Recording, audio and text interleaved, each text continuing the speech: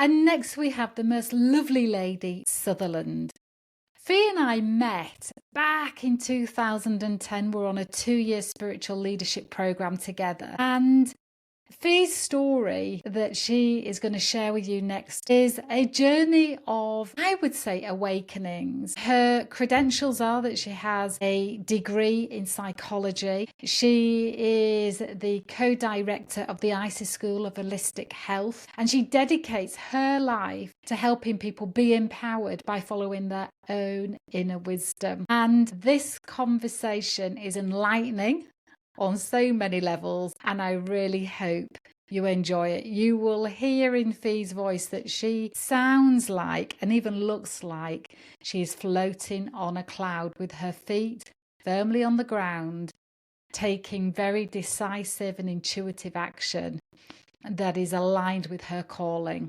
So I really hope you enjoy this episode as much as I did. And we have the very lovely Fee here, a precious friend of mine. And Fee, I would love to start with my meant for more question. Can you recall a time or an experience in your life where you've had that feeling, that kind of nudge or that ache or that niggle in you, or that really big boulder experience where you had this awareness that you were meant for more, that whatever you were doing wasn't working, or maybe you had a very gentle nudge?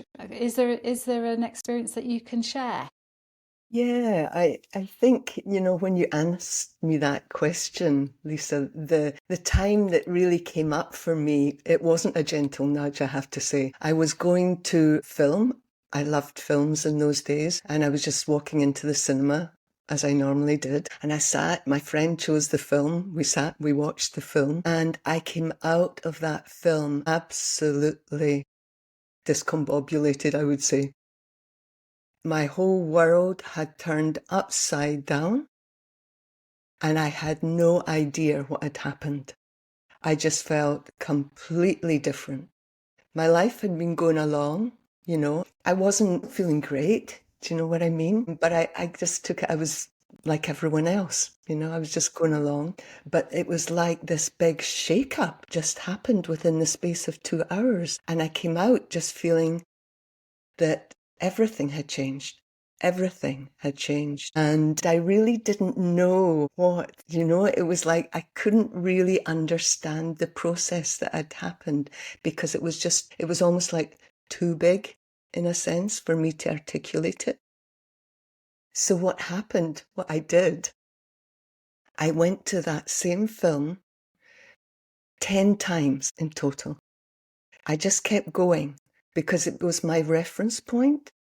It was like, here, something has happened when I see this film. So it was like, tell me, show me, let me understand what's going on. And what happened on the very last showing of the film, before it moved on to another city or whatever, I came out of the cinema absolutely knowing there was more to life, there was more to me than I ever thought, and that I was responsible for deciding and choosing the life that I made for myself.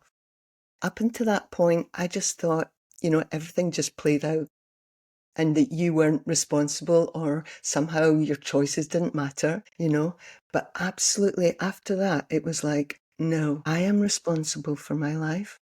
The choices I make are really important, and that I am more than I think I am. So I've got so many questions. I know one that people who are listening and watching will be asking is, what film was it? I get asked that all the time. And the other question is, when was it? And then the other question is, what did you then go away and do differently? What changed in life from what to what? So you can answer those in any order you like. It happened in 1995, so a Mhm. long time ago. The film, I don't say, because it was my moment in time. It was a reference for me. It was Mhm. a meeting point of me and my soul. And those meeting points are so different. and so unique for each person. And if I say the film, people will go away with an expectation. Yeah, they'll want this bolt out of the blue. Exactly. So just to, whilst we're in that, and I've got the question in my mind, without saying the film, was it something logical that was in the film that made sense to you, that had this moment? Was it like an under the surface where, I don't know, I don't even know how to put it into words because I don't know if there are words. Can you help me work out what I'm asking? Yeah, because it was what I was kind of like looking for as well, and understanding what really had impacted me. And what impacted me was one of the main characters, right? You thought her life was going to go along in this trajectory, Yeah. but she chose something completely different. She actually went with her heart rather than the logical mind or what was the obvious path to Mm, take. So I only know in hindsight it was that heart thing that really kind of like shook me, yeah. because I was doing everything with my mind and so Yes. logical, right? Yes. Yes. I completely get that. Because we're kind of almost conditioned that way, aren't we? Yeah, That, totally. think with your head, don't let your heart rule your head, and all those kind of beliefs, and that actually have the wrong organ leading us. I always think that, well, I learnt this later in life, but I always think that the heart should be leading us, the brain has to work out, the mind has to work out how and what, do the translation and then the plan, and then we're in flow. That's my thoughts. What's yours? I think what it's really through all the years and all the kind of explorations I've done on the personal path and on the spiritual path, what I see now is that if you like, we're split. We're split into two aspects of our mind, what we might call the enlightened mind and the conditioned mind. Mm-hmm. Right? And the conditioned mind is the mind that we've learned. It's all the experiences we've had. It's all the social structures that have imposed their belief systems on us, that we've come into contact with in this earth planet. And this has created a separate identity, if you like, for us. What we call the conditioned mind, or the conditioning, the programming, if you like. And then that operates in the world. And our enlightened, wise mind stays behind that. And what the heart does, the heart engages the enlightened, wise mind, what we might call the wise self. And it's through that engagement that we bring our wise self more to the fore rather than the conditioned self. And this is what's happened in the process of me sort of starting that journey, that first awakening experience, and then going along for all these years. And so how did it change your life then? How were you being before, and then what sort of things did it fundamentally change as a result of it? I think the most fundamental thing that happened, and it happened instantly, it was like I came out of that last showing, I understood something at another level. I went to a cafe to sit down, have a coffee. A stiff coffee, yeah. And then I thought, and this image came into my head of this tennis player meditating. I watched a documentary about him. I think his name was Stan Smith, and it was just before he was going to play in the Wimbledon final, I don't know, many years ago. In that documentary, he was meditating. And this picture came in my head about him meditating. And at the time I thought, oh, that's curious, but then done nothing with it. But it was like, boom, you have to learn to meditate. And that's what I did. I found a meditation class. I started meditating, and I've never stopped. So that changed me completely, because before I was totally, I would say, in the world, in the everyday world, didn't have a spiritual aspect at all to my life. And then within that time frame, everything changed in that. So it was like suddenly my focus was much more on my spiritual path. Not that I knew anything about that or what it meant, but it was like that became a focus point.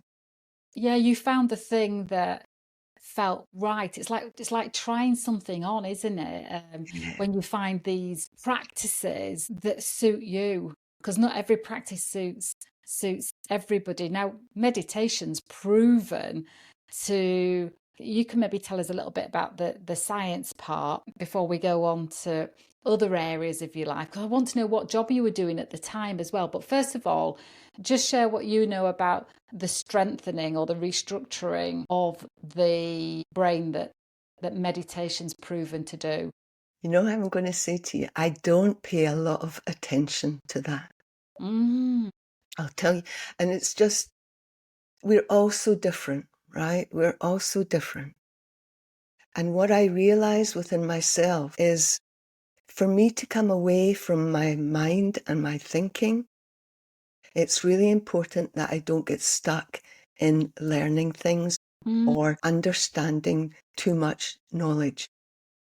It's really important for me that this is an experiential journey, and meditation for me takes me into the experience of living life moment to moment, and that is my teacher. Having said that, I will say what the meditation does is it calms our mind, right? It takes us into deeper states of awareness where our mind just slows down a little bit. Yeah, and that's such a beauty about meditation. But also what meditation does, it connects us inside. This is so important, right? It connects us into our body. So we're in our body. We're connected to our heart center. Mm-hmm. That can be a focal point as we meditate, because what we want to do really is that our spirit lives in our heart center. The truth of our being, right, lives in our heart center. So it's like this meditation, this tool allows us to connect into our heart center and into the truth of our being. Yeah. So we form that connection too with what we would call the wise self. And the wise self is the observer. It's that aspect of ourself that can watch, that can witness what we're doing, that can witness what's happening within ourselves without being totally connected to all the reactions of the conditioning. It can just be the observer, watching what we do, watching how we react to things, yeah, without getting caught up in it. And that's a huge tool, because that's where we start to grow our awareness, our self-awareness. You know, who are we really? And what are we doing? What are we thinking? What are we feeling? You know, our wise self can open those doors for us. And that's a huge area of us that the conditioning doesn't take us near. Yeah. Yes, I Right? can imagine. Have you ever had any experiences where you know that this connection to your heart, this connection to the meditating has, I want to use the word saved your life, because I have this kind of theory that we get these moments of like a bump on the head, or I can't remember how you described it. It was, I know you said you came out feeling discombobulated, but I always think that these wake up moments, these moments that put us on a track, arm us with something that is so necessary for what we don't yet know we need in the future. It's like we get, I'm going to say, this is going to sound really crude, but like it's like we get a toolkit that we think, I didn't know I needed this, but I'll trust it. And then in your future, you then see, oh, thank goodness I had that, because it in some way saved my being. I think meditation. Yeah.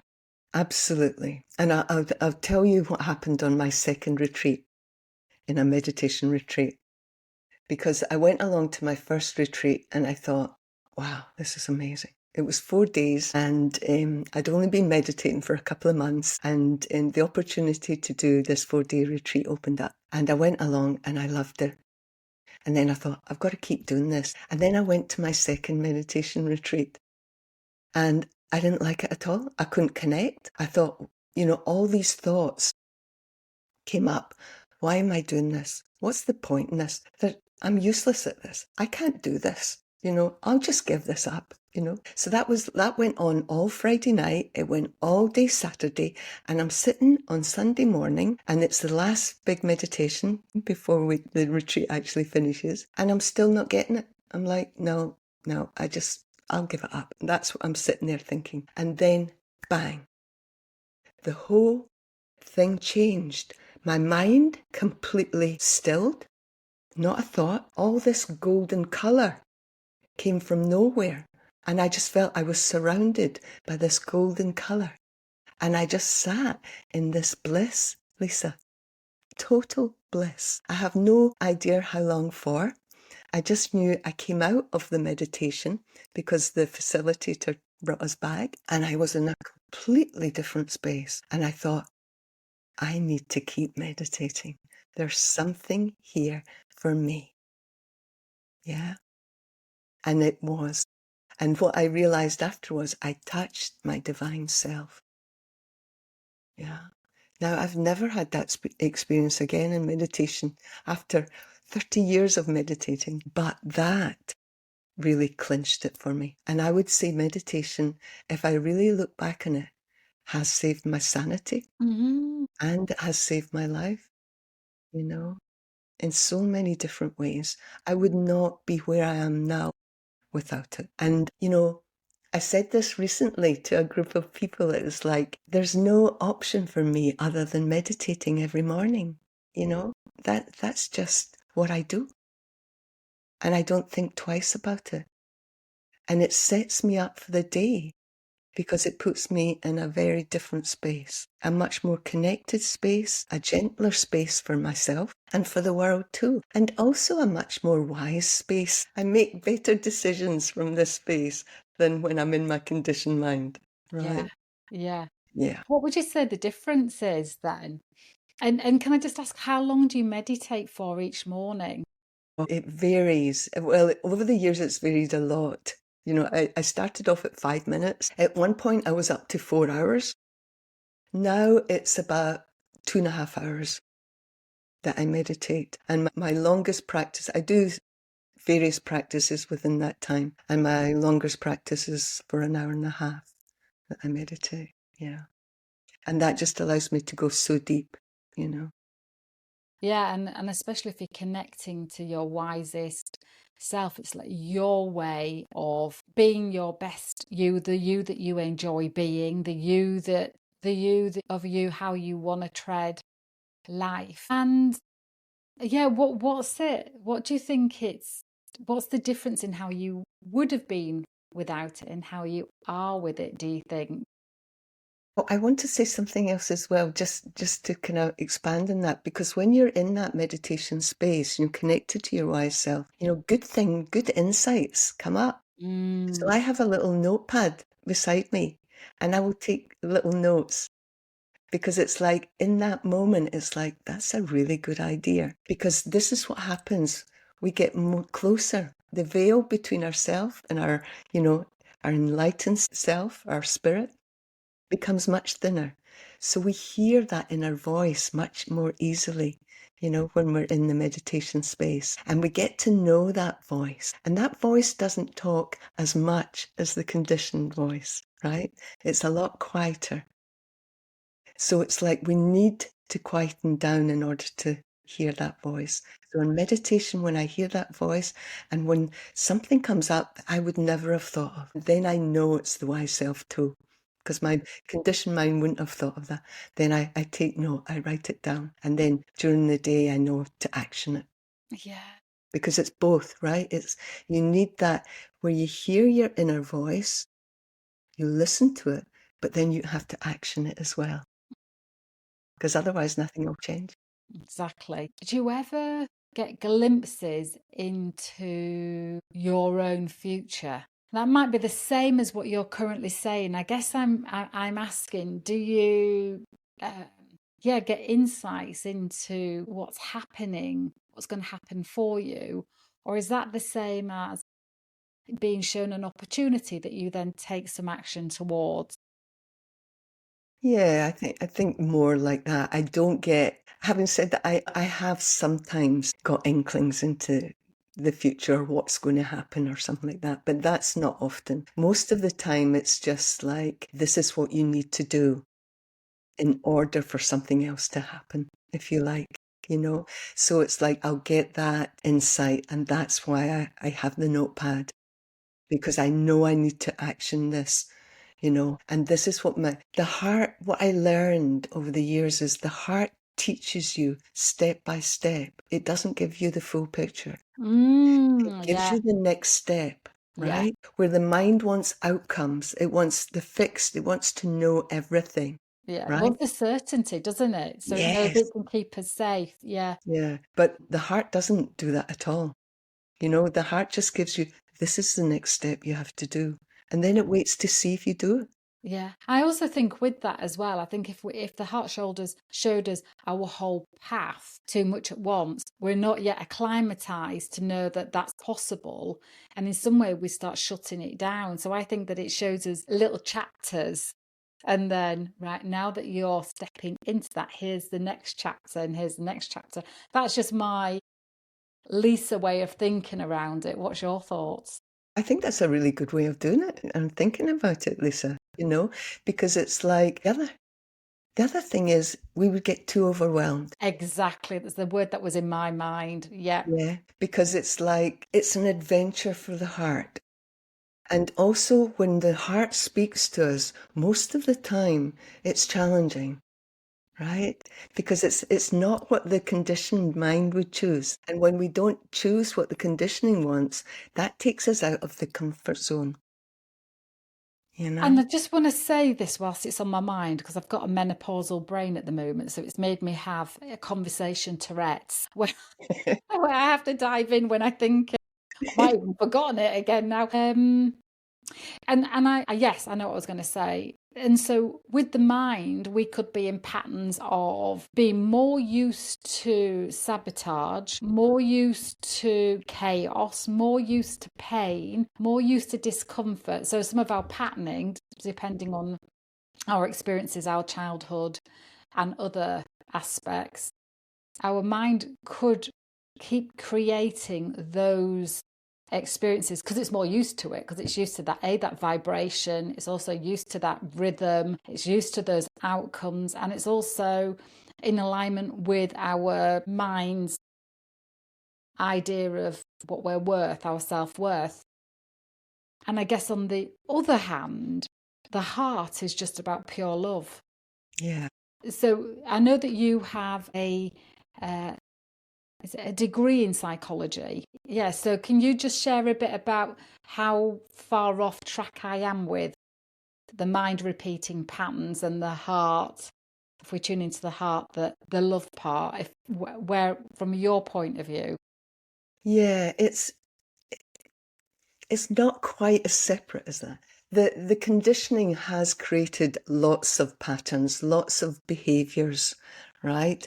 Based on what's happened to us, based on what we've been taught, and also what we've absorbed. And the conditioned mind has its own way of trying to keep us safe, if you like, and protected, right? And we need that until we get wise, Yeah. right? Yeah, because those ways are actually limiting. What the conditioning mind does is it limits us. It keeps us, if you like, on the back foot for a lot of people, or it keeps a lot of people on too far in the front foot, not in a healthy way. So yes, we can end up with all these patterns of self-sabotaging, of really holding ourselves back when we should be speaking up, Mm. of saying yes, yes, yes, when we should be saying no. Mm-hmm. But the heart is very different. The heart is everything. It's not just pure love. It's pure wisdom too. So it knows when to say yes and it knows when to say no, right? And both are an option for the heart, whereas only one might be an option for the mind. So it's like with the heart, everything is possible. But with the conditioning, it's like that's not at all possible, right? Yeah. You can only operate within this little parameter. Yeah. Yeah. Yeah. Yeah. Yeah. Where it's like now you're opening up to possibilities with the heart. And that's where the adventure starts with you in life. Because it's like, I don't know my future. right? My mind might think it knows it, Mm-hmm. right? But my heart is leading me on a completely different path, Yeah. Yeah. right? Yeah. That's really in tune with my soul and what my soul is here to do. And that is what really speaks to me. And that's what guides me, because it's like my compass point. Yeah. Yeah. I think I see and hear so many people because we've got so much external stimulus, haven't we? What's it called? Stimuli. Which one is it? Stimuli. Is it stimuli? I know there were people shouting out which one it was. We've got so much external things pulling us and shouting at us and navigating us. We've got algorithms, we've got TikTok, Instagram, Facebook, we've got emails pinging in morning, noon, and night. We've got tech. We're so accessible now that there are so many magnets pulling us externally that I think quite often we can fall into a trap of setting goals that are around what we've seen our friends do or other people do, that are their goals, that we feel like we should be doing something like they're doing, and I think that takes us completely off our own path, that we should be looking inward.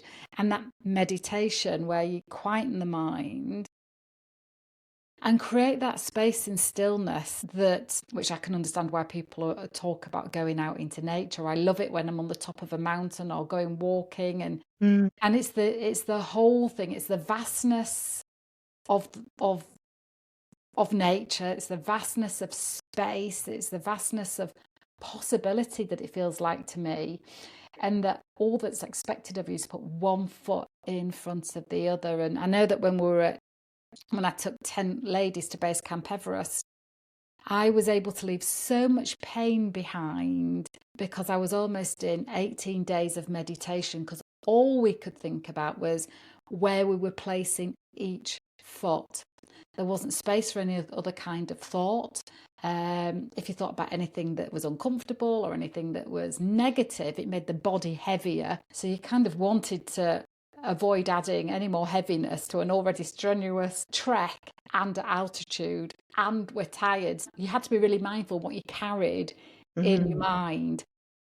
And so it kind of created, I think lots of people said as well, that had been the first time in years that the only thing they thought about was putting one foot in front of the other, and how liberating it was and how freeing it was to be the only thing that the mind needed to think about. And so, yes, I guess what I'm talking about there is us setting goals or experiences in our life that come from what our heart wants, which sounds woolly to some people, but why would we set goals and experiences around what we see other people doing?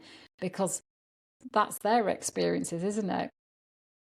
So I want to ask you a question, because I remember years ago, I don't know how many years ago, it might be 2016, that we did a little, you, me and Fatula. I decided I'd be David Bailey, the video version. We were doing videos for your website, and I remember you sharing on video about an experience you had in Peru that to me just sounded just incredible. Just, if I didn't know you, I'd think that's unbelievable.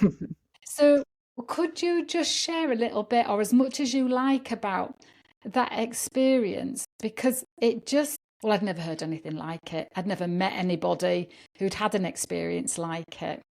And I think there's so much hope in your story. Can I take you back a little bit just before that? Because what actually happened when I was 50 in 2007, I made the decision to follow my heart, right? I made the decision to put, if you like, both feet on the spiritual path, because I knew part of me was still dissatisfied. Even though I'd been meditating all these years, there was a part of me wasn't satisfied inwardly. I was not at ease. Outwardly, my life looked good, right? And I knew inwardly it was because I wasn't making this full commitment to follow my heart to follow my spiritual path. So when the day I was 50, I looked in the mirror and I made the commitment to myself to follow my heart, no matter what happened and wherever it took me, right? And that was huge, right? You can imagine that was another huge. Goosebumps, and I don't know where your story's going right now, but say that again, because I just got goosebumps that they're involuntary. So you made the commitment. I made the commitment to follow my heart, no matter where it took me and no matter what happened. That is the ultimate self-trust. Yeah. And I did it from a place of not really knowing what that meant, actually, Lisa, right? I just knew I had to do it. And immediately these situations in my life came up and said, okay, you want to follow your heart. So what are you going to do about this? And what are you going to do about that? Because it's like those things are not good in your life. And these things were things I was avoiding, right? And I thought, oh my God, I'm going to have to face them. And I did. I love this. Can I just say why?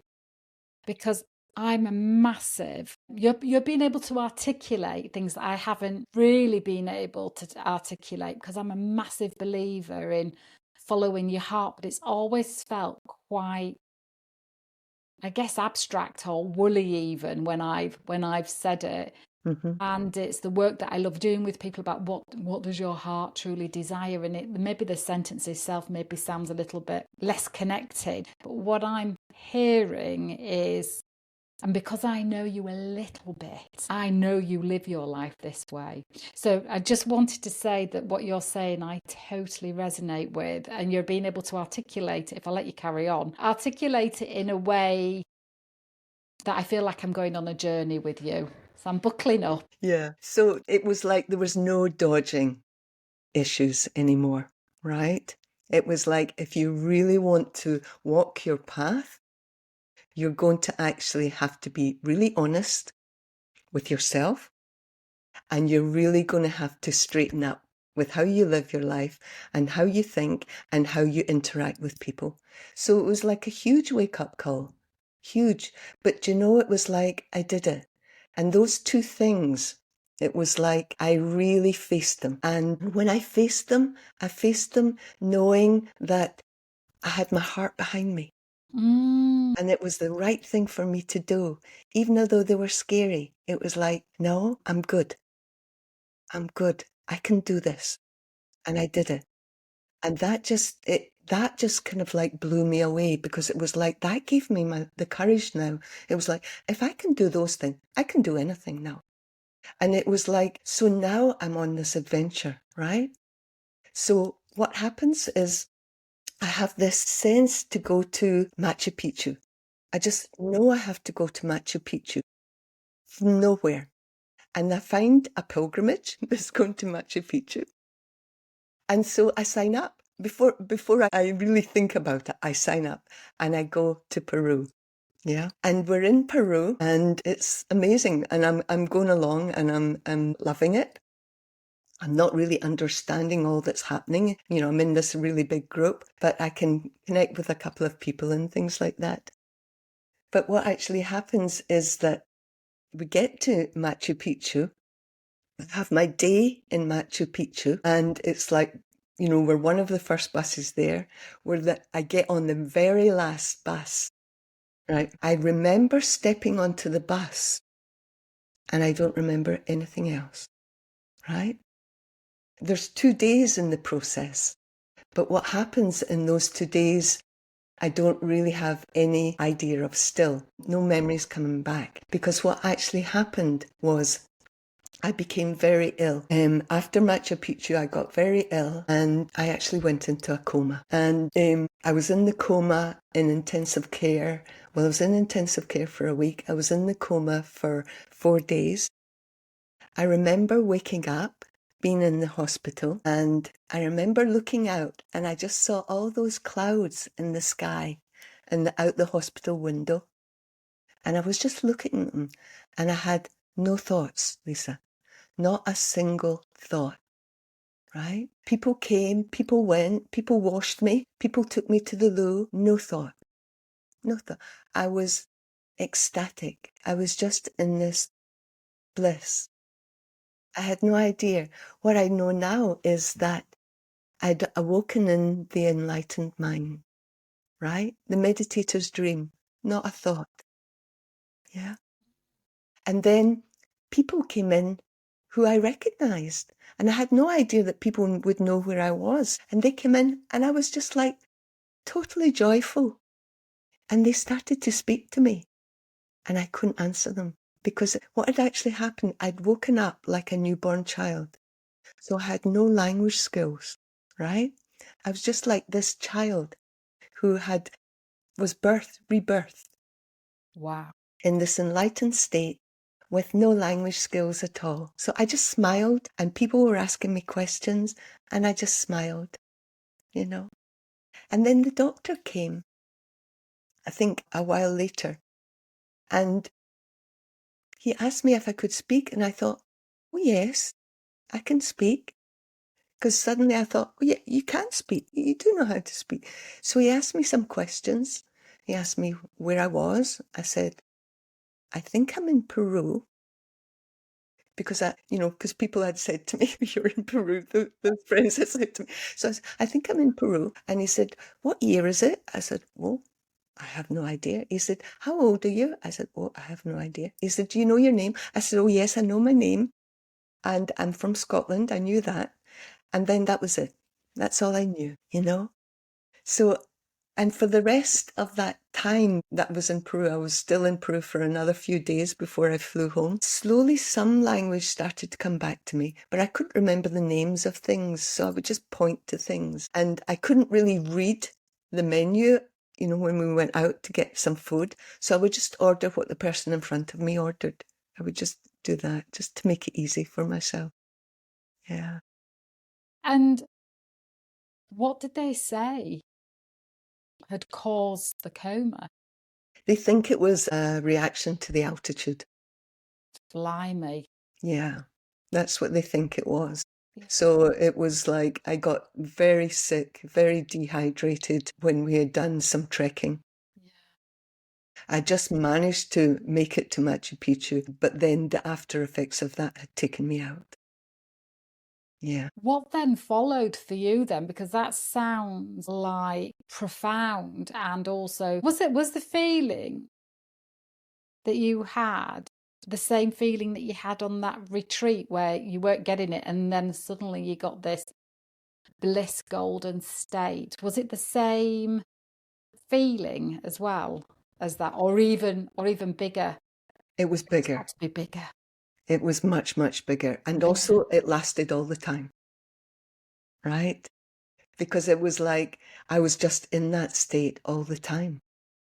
Yeah, I was in that state with other people, with my family, with my friends when I came home. And I was in this state of absolute love, peace, and joy. And I radiated that out, right? And when people came towards me, they changed.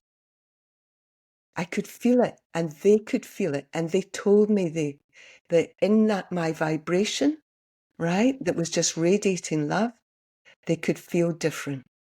And people started to have these experiences, I'm going to say, right? Where they just felt more present, more open to themselves, and there was so much joy.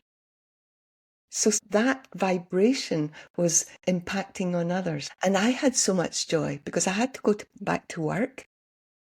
I couldn't remember what I did, but people were telling me what I was doing, what What my did you job do? was. What job were you going back to? Just so we can picture it. This angel floating in. Help us put a picture together of what your job was. I actually worked in a stress center. I was the coordinator, right? I had a team of 11 therapists and I was the manager of that team. Yeah. So paint the scene then. So you go back to work, but you couldn't remember what you did. Is No, that the words you just said? yeah, I couldn't Right. remember. So I had, the person who was my right-hand person for the admin. So she re-taught me what my job was, what I had to do. And I remember the first team meeting we were in, she says, now you've got to set an agenda and these are the things that we should talk about. So I kind of just put them together in a little page. We went into the team meeting and then it was like I was just staring at everybody, because I forgot that I was supposed to follow the agenda. And he's going, follow the agenda, Fee, follow the. And I'm like, all right, okay. So I look at the agenda, but I can't go 1, 2, 3, 4. I just go all over the place with the agenda. So, and I just think the whole thing's so funny, following an agenda. So I just burst out laughing all the time too. So it's like, it's just what we think and then what the heart truly thinks about, our systems and things is so different. What do you think happened in that period in Peru? What happened, do you think that, I haven't got a different question than what do you think happened? What I know happened now, Oh, I love that. Never mind right? think what I Yeah. know. What I know happened, and I got this because of my colleague Fatula, who's very psychic. And she told me this, and this was like years after, though. Years after.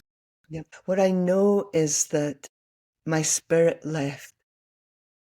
When in the coma, my spirit left and it went far out, almost like it was a union with the infinite, with source, with the one being, whatever you want to do. I joined with that, infinite spirit. And I do have one memory, only one memory of what happened in the near-death experience was I was in this, I'm going to call it a meeting. And I was surrounded by all these light beings. I knew there was 9 of them. Somehow I knew there was 9. And everyone was just kind of sitting. Although there were light beings, it was just light. There was just kind of like blobs of light, if you like. And I was there in the semicircle of them. And I was a radiant being too. We were all radiant beings. There was no difference. And I knew that too.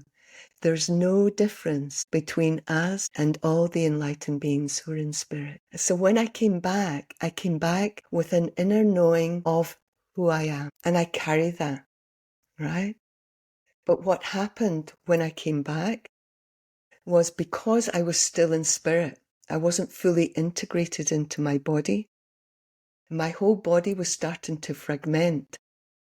And I was starting to fragment as well. Emotionally, I was destable. I would burst into tears. I would burst out laughing at inappropriate moments, really, and I knew I needed help to integrate back into my body. And when I was in Peru on that pilgrimage, I met this woman called Futula Dreamy, who's now my colleague. We sat together on the bus on the very first trip that we did. We got on like a house of fire. We both lived in Glasgow. So when I came back, Fatula rang me up and said, how are you doing, Fee? And I said, I'm okay, but I need help. I need help to integrate back into my body. And she said, I can help you. And that's what happened. And that was a godsend, right? Literally. Because without that, I would have actually lost my mind. Yeah. Right? Yeah. Well, it sounds like you did. I mean I don't mean that in a you've gone mad, but like it was parked whilst you were just this light, that having to Yeah. relearn how to read and relearn what year it is. It sounds like losing your mind has been actually a brilliant part of this journey, is the parking and the losing, the conditioning and the so hang on, I've got lots of questions, I think. For those that are listening and watching right now, Fatula did a conversation with me already, and you'll find her conversation Following the Soul's Path on this channel, and so you can see more of what Fetula does, and then you can imagine how Fetula helped Fee get back into her body and reality. And do you think I can completely... And back into the conditioned mind too, because I came back into the conditioning mind, right? Because the enlightened mind, I couldn't hold that. Yeah. So what I had to do was I had to integrate back into the body, which was conditioned, the mind, which was conditioned, right? And it took me 6 months of energy work with Fetula to do that, because it had to be so slow. I had to integrate really slowly. Gentle. Yeah, gently. Yeah, in order to do that. But as that was happening, I was watching the whole process, right? I was aware of the whole process. I was aware of what things were going, the aspects of the expansion that were going and the aspects of the conditioning that were starting to come back in again and the limitations that were starting to come in, right? You could feel which ones were coming back in. I could feel which fears were coming back in, right? Which behavior patterns were coming back in, right? And I couldn't stop it. I didn't want to stop it. I needed that to happen. But I was more detached than I had been in the past, right? And I didn't fully come back into the conditioned self that I had been, right? Some of the enlightened state remained. Well, we can feel it. I think anybody listening and watching right now will feel like they've been sat on a cloud listening to this lightness. You can absolutely feel it, Fee. But that's also because I've done so much work. That happened in 2010, Lisa. I've done so much work since then. Yeah. So much personal work, so much meditation and spiritual ceremonies, right? Because what I really realized, I want to get back into that state. But I want to do it through my body this time. Yes. Through my heart, not to go out, right? Do you think you died in Peru? Yes. Do you think your heart stopped beating? I don't know if my heart stopped beating. I don't know what stage I would have died if they hadn't got me into intensive care. Right? I would have. I know that. So at what stage I went into intensive care, was I breathing or not breathing, or was my heart stopped? I don't know. But what I do know is without that, I would have died. Yeah. And then once you're in your coma, most of you's gone. Most of your spirit's gone, Do you think that is for everybody or just for your situation when they're in a coma?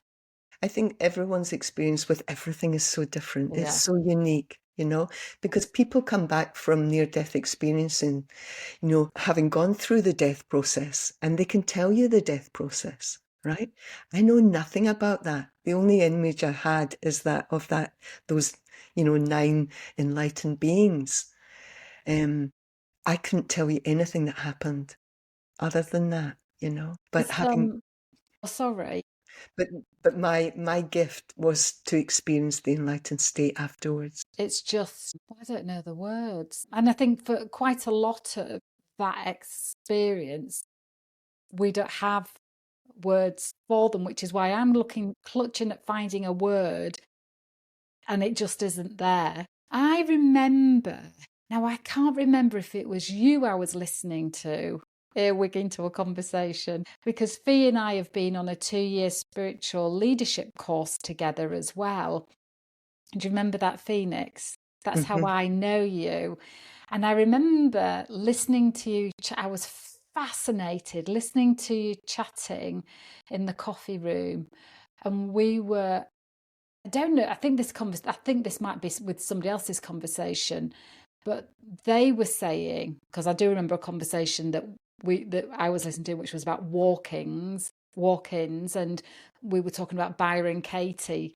And I remember learning so much about that just by listening to that conversation with you. But the bit that I'm interested in your thoughts of is, and I can't remember who told me about it, was that there's a book called Remembering, and that, if I'm remembering this correctly, and I could be absolutely wrong with this because it was such a long 2010, I think, that I heard that somebody was telling me this.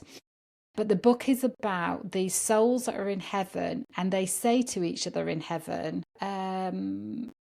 our task for the next lifetime, or our challenge for the next lifetime, is for us to remember who we are to each other in heaven. Does that ring a bell, that book?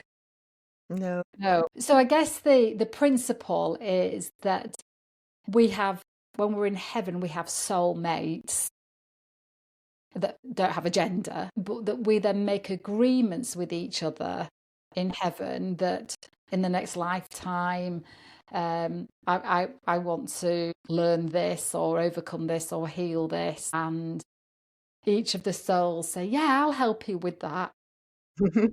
And I like this story because it makes me have a belief about my childhood that is actually, I embrace it now because I feel like I orchestrated, my mum, my dad, my stepmom, my stepsister, my whole experience already from heaven. And this is it just playing out in a way that I probably wouldn't agree to if we'd sketched a plan out up there. You're going to go through the University of Life, Lisa. It's going to be really challenging, but you have asked for it. And it kind of reminds me of a little interview I heard with Wayne Dyer, that he says that he remembers having a conversation with God, and God saying, right, what do you want to achieve in the next lifetime? And Wayne Dyer says, I want to teach people how to be self-reliant, completely self-reliant. And God says, and what else? And he said, that's it. I just want to teach people how to be completely self-reliant. And God said, and that's all you want to do in your whole lifetime, is that? And he went, and Wayne Dyer said, yes. Then God said, right, we'll just pop you straight into an orphanage. And so I guess what I'm going to ask you in that,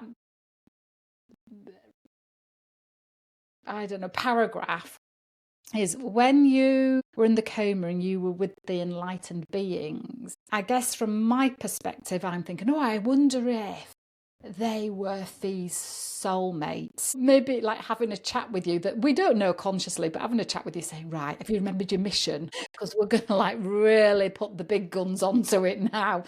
What does any of what I say in those stories relate to your experience at all?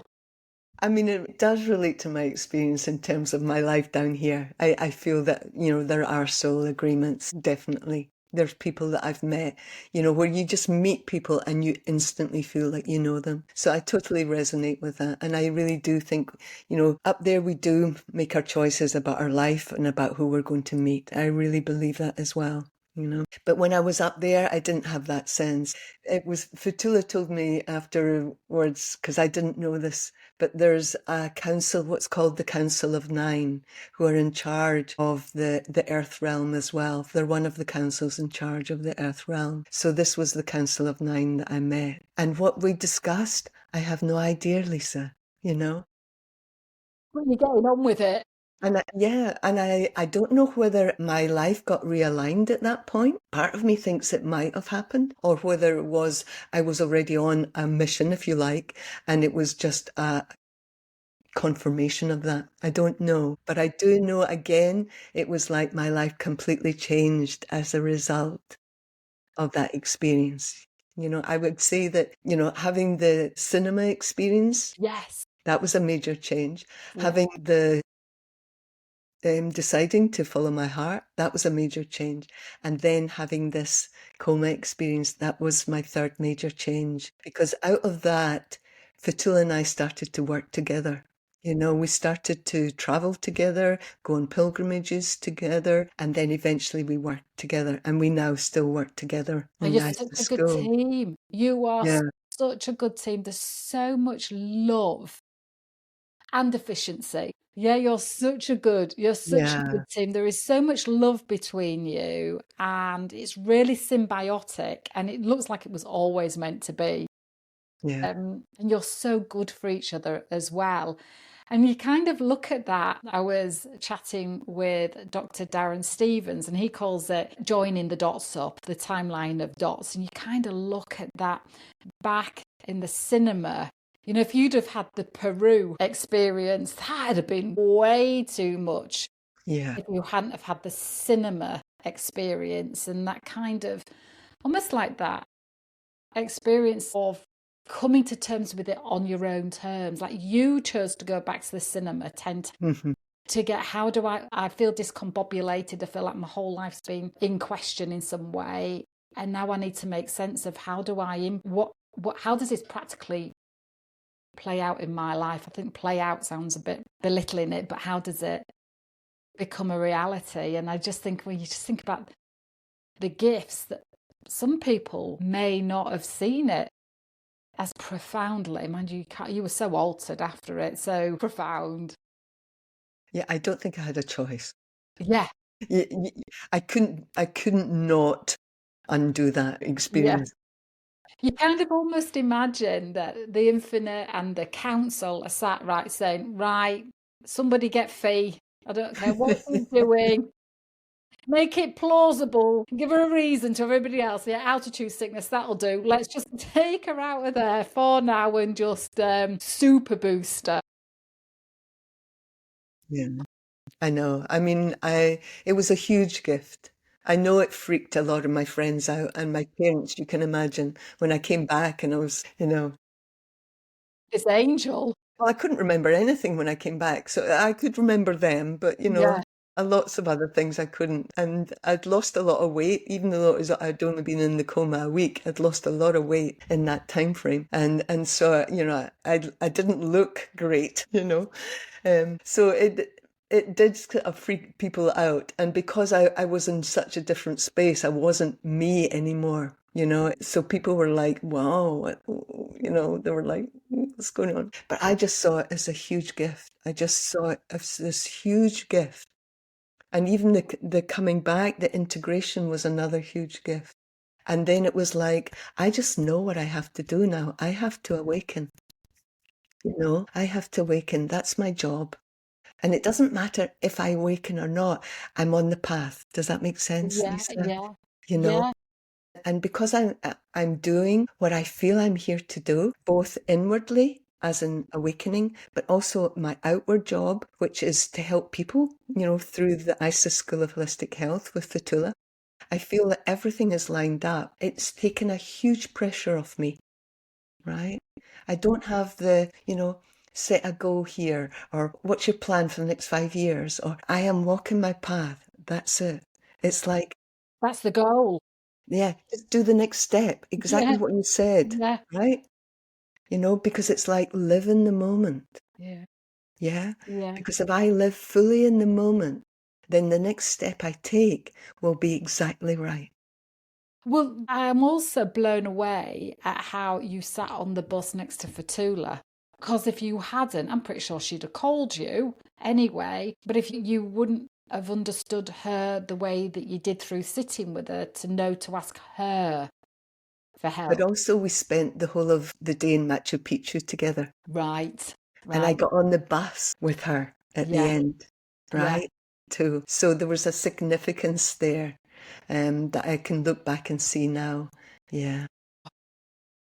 Fee, I've had so many goosebump moments with you. What, just in to wrap up, because we have been over an hour and it feels like 5 minutes. I Well, think you made time stand still. What would you say to anybody that is having that niggle or that nudge or that kind of awareness that they know they're meant for more, that in some way their life has run its course as it is? What would, from your perspective and your viewpoint, what tip or bit of wisdom would you say? what I would say is for them just to sit with themselves, to give them that moment, to connect into that part of them that knows, right? That part that knows, because there is that part within us that knows what we need to do beyond the condition. Really connect into that part so they really acknowledge that part, invite that part into their life and to guide them, and then have the courage Mm, just to take that next step. yeah, You can do it, I would yeah. say to them. You can do it. And it's only the next step you need to take. Yeah. It's so good. That is so good. There's a few things in there. First of all, it takes courage to sit with that part. You're so right. Have the courage to be quiet with it, to sit with it, to trust it, to bring it. And then the only promise you need to make to yourself is, I'm going to take this next step, as though they're on a pilgrimage or a mountain Yeah. walk. It's like, just take the next step and the next. We don't need to have run it all to come back to where we are, to know that we can run it all or Yeah. walk it all. I've so enjoyed. It's been such a moving conversation and such a journey, and such we can Mhm. feel, and I say we because I absolutely know anybody watching and listening will have felt the serenity and the angelic feeling from you. And I think everybody will feel like they're now able to drift nicely into the rest of their day or evening. Thank you so much, Fee, Thank you, for Lisa. sharing so openly and sincerely with us. I think once we've finished recording, I'm going to so enjoy listening to this from a point of view of being in it rather than in some way facilitating it. I'm going to enjoy now being the observer. So thank you Mm. so much, lovely. I so appreciate you. Thank you, Lisa. Thank you for the opportunity. I mean, it's a gift for me to speak about it too, about my experience as well. I'm so passionate about people really empowering themselves to walk their path. Yeah. Because it's like, this is what the world needs. It needs more of us, right? Walking our own path Yes. and bringing our own heart, our own wisdom, our own love and light into this world. That's what we need. Yeah.